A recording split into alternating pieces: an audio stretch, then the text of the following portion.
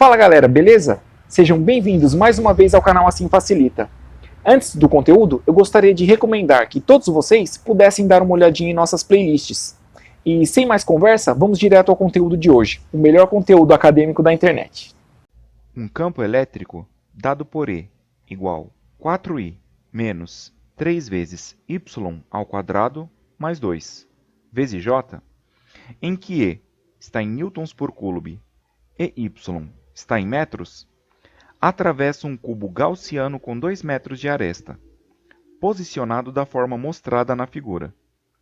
Determine o fluxo elétrico. Item A, através da face superior.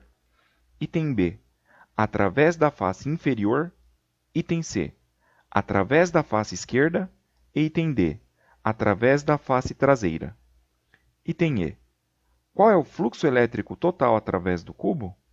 Neste problema, temos um cubo gaussiano cuja superfície é interceptada pelo campo elétrico descrito no enunciado. A superfície gaussiana, além de ser uma superfície fechada, também pode ser compreendida como sendo uma superfície imaginária. O enunciado solicita o fluxo elétrico através de algumas faces do cubo gaussiano e também solicita o fluxo elétrico total através da superfície fechada. Antes de resolver os itens do enunciado, vamos fazer uma breve discussão sobre o que é o fluxo elétrico. Geralmente, quando o aluno resolve um problema de física, ele procura referências intuitivas acerca das grandezas que são trabalhadas num dado enunciado. Por exemplo, quando o aluno trata da grandeza velocidade, ele sabe de forma intuitiva que ele está tratando de um dado deslocamento por unidade de tempo. O aluno também sabe, por exemplo, que quando ele trata da grandeza campo elétrico, ele está tratando de uma dada força por unidade de carga. Dessa forma, quando o aluno trabalha com a velocidade ou com o campo elétrico, ele tem certa segurança porque as referências intuitivas são muito fortes. O que não ocorre, por exemplo, quando o aluno trabalha com o fluxo elétrico.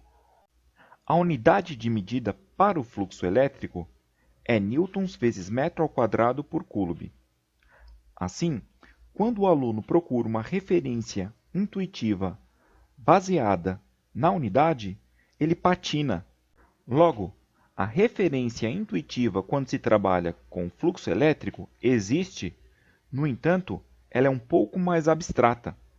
O aluno precisa ter em mente que o fluxo elétrico é um número, e este número está associado à quantidade de campo elétrico interceptado por uma superfície.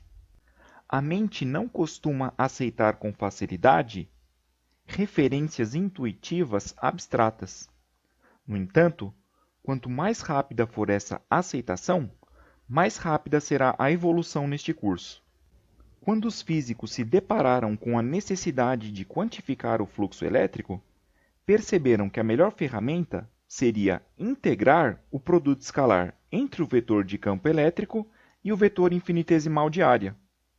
Notem que esta ferramenta dispensa demonstração, tendo em vista que ela é um recurso matemático que satisfaz a necessidade encontrada.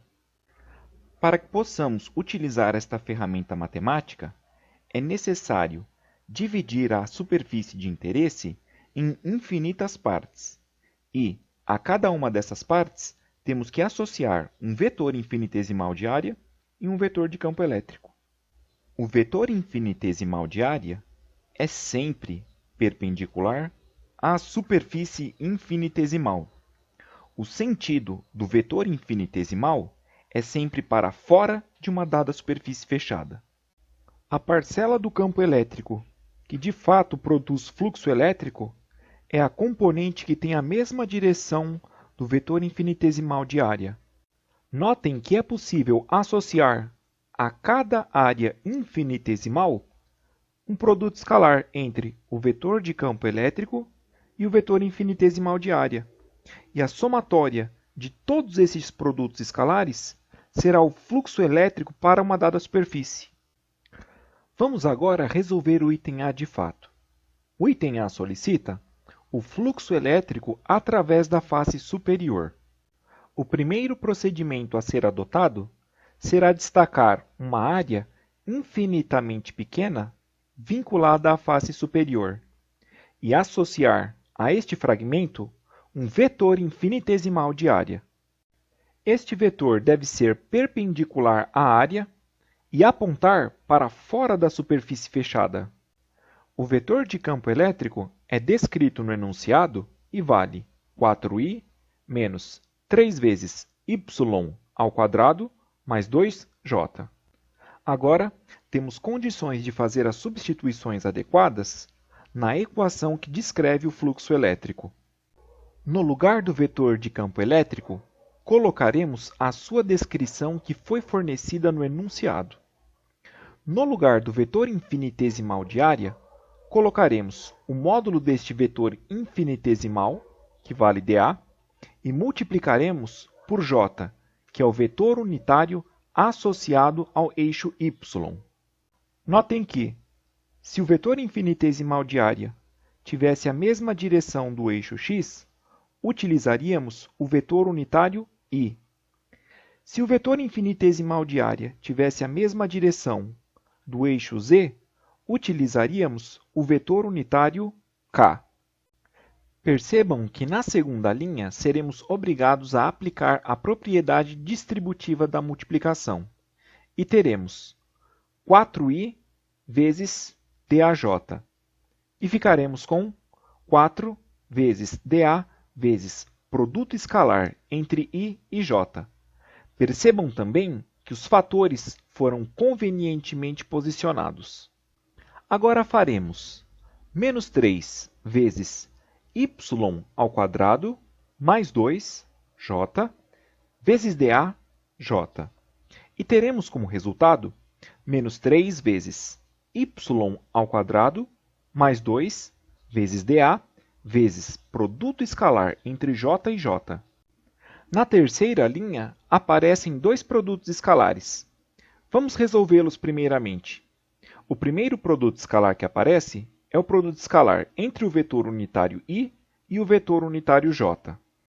O produto escalar entre os vetores unitários i e j é igual ao módulo do vetor unitário i, que vale 1, vezes o módulo do vetor unitário j, que vale 1, vezes o cosseno de 90 graus, que vale 0.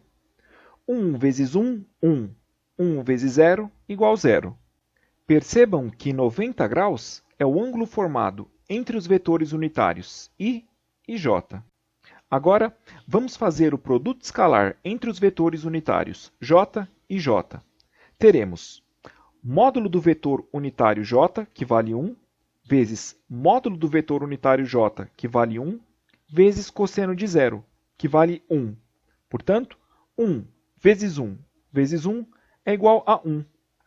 0 graus é o ângulo formado entre o vetor unitário j e outro vetor unitário j. Agora vamos resolver a terceira linha de fato. 4 vezes dA vezes 0 é igual a 0. Menos 3 vezes y ao quadrado mais 2 vezes dA vezes 1 é igual a menos 3 vezes y ao quadrado mais 2 vezes dA. Antes de prosseguir, é importante visualizar que todos os pontos da superfície gaussiana possuem uma coordenada y. E é fácil perceber que todos os pontos que pertencem à face superior do cubo possuem a coordenada y igual a 2. Voltando ao desenvolvimento, na quarta linha percebemos que menos 3 é uma constante, portanto, sairá da integral. Como visto anteriormente, para a face superior, y é igual a 2. 2 ao quadrado igual a 4. 4 mais 2, 6. Como 6 também é uma constante, sairá da integral. Menos 3 vezes 6, menos 18. Integral de dA igual a, sendo A a área da face superior do cubo gaussiano. O enunciado informa que a aresta do cubo gaussiano da questão é igual a 2 metros.